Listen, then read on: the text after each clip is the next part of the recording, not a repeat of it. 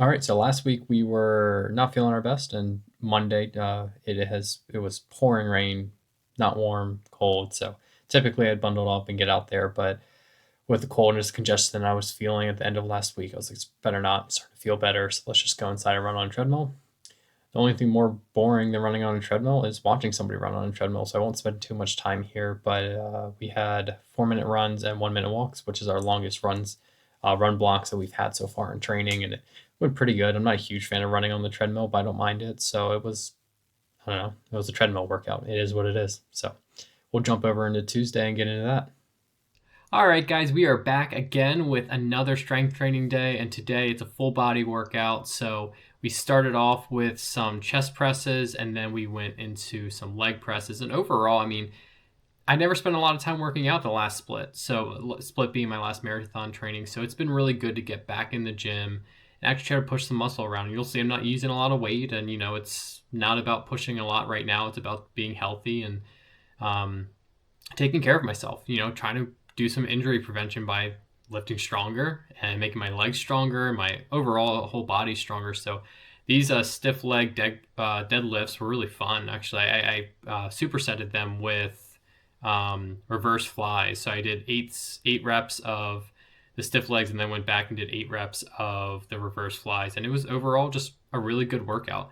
I felt strong. Like I said, I don't typically do a lot of working out. So I mean, I'm just enjoying it. I don't know what else to say to that. So I'm still getting in the gym on Tuesdays and Thursdays, and the last workout we did was the shoulder press, which I was barely doing more than the bar, and just it was still a good workout though. I did little push presses there and ended off pretty strong, and I feel great. So that was Tuesday. Got enough full body workout in.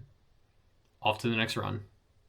All right, so we are jogging in the first interval at this point, and I didn't really even get into what we're doing today, but we have 6-minute runs and 2-minute brisk walks with the intention of your brisk walk shouldn't be lowering your heart rate too much, so it is a higher heart rate day, and that means I'll probably be in zone 3 and zone 4 now in my heart rate, but so we're getting after today. So this is zone interval 1. I believe we have 5 today, and we'll get it done.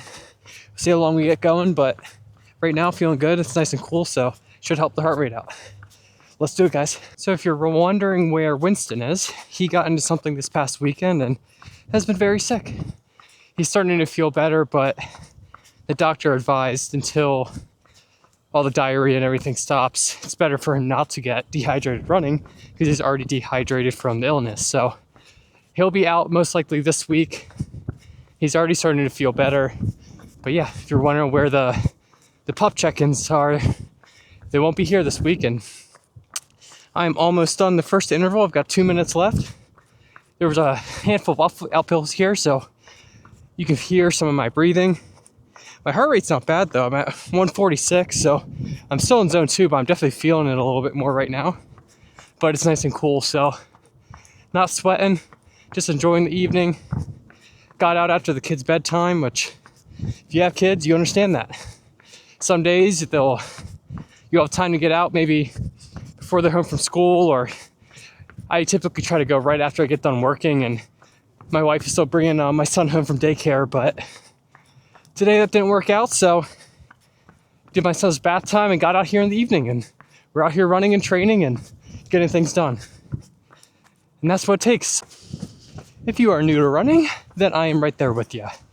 I'm getting back into running, and everything that you'll watch on YouTube is elite runners or running coaches talking about zone 2 training, and if you want to run like most efficiently, like 170 steps per minute to 180, and just as a beginner or getting back into running, that's really tough.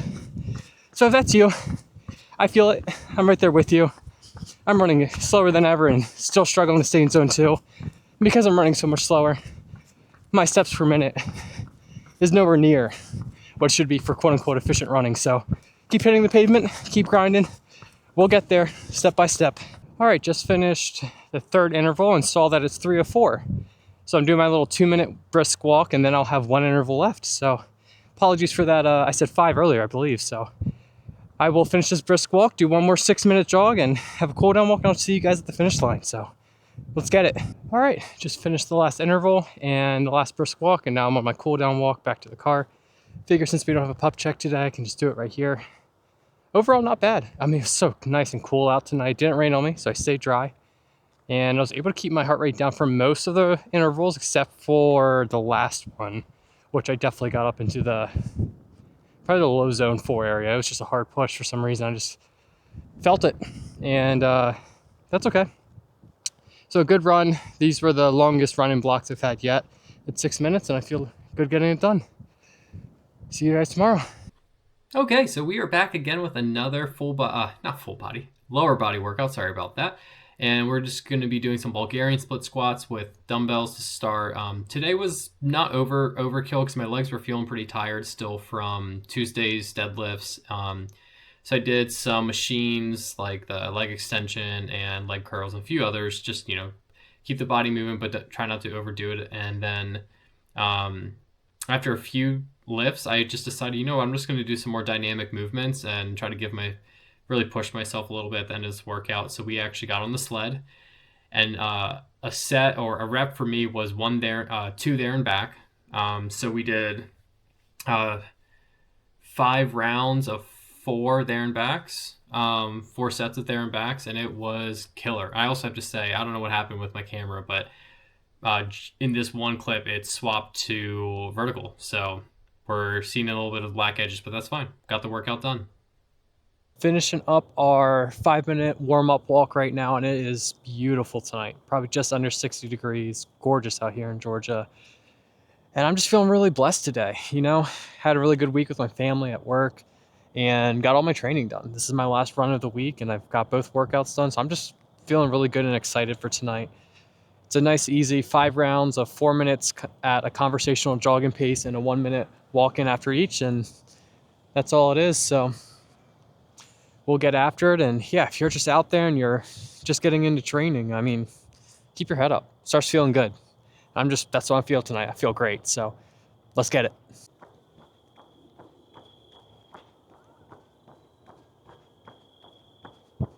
So I know the most important thing about getting back into running and this whole zone 2 training is actually just comes into feel. Somebody in the comments pointed that out in one of my shorts this past week, and they talked about how it's less about zone 2 and more about, are you jogging at a conversational pace? So I watched some other videos on that, and I think the biggest thing for me is I typically push really hard when I get into training. And that led to a lot of injuries in my last marathon training. It's my only marathon training. So the zone 2, although not perfect, and although I probably shouldn't hyper focus on it long term, in these initial training weeks, it's actually been really helpful to control my pace and just really be cognizant about how I'm feeling during runs. Can I do this? I mean, recording content's helped a lot because I'm jogging right now. I'm 2 minutes into my 4-minute second interval, and I'm having a conversation and getting a little winded at this point, but not too bad. And yeah, so I don't know what the long-term focus will be on zone 2. I'm always going to try to follow the 80% easy, 20% pushing rule, but ultimately it just feels so good to get back into running. My body feels good. My head feels good. Just mentally, just at work and at home and family. Just all around feel my better self. So if you're back into running and you're working on it too, stick with it.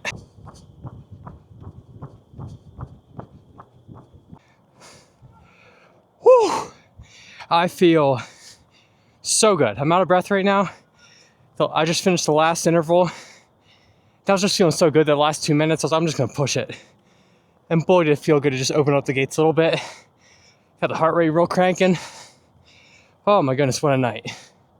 Well, I'm going to wrap this up here because no pup check, but he'll be back next week. All 3 runs, 2 workouts done in the gym. Overall, 10 out of 10 week. Feeling good. Right back at it. So, woo! If you're out there training, go after it. Let's do this.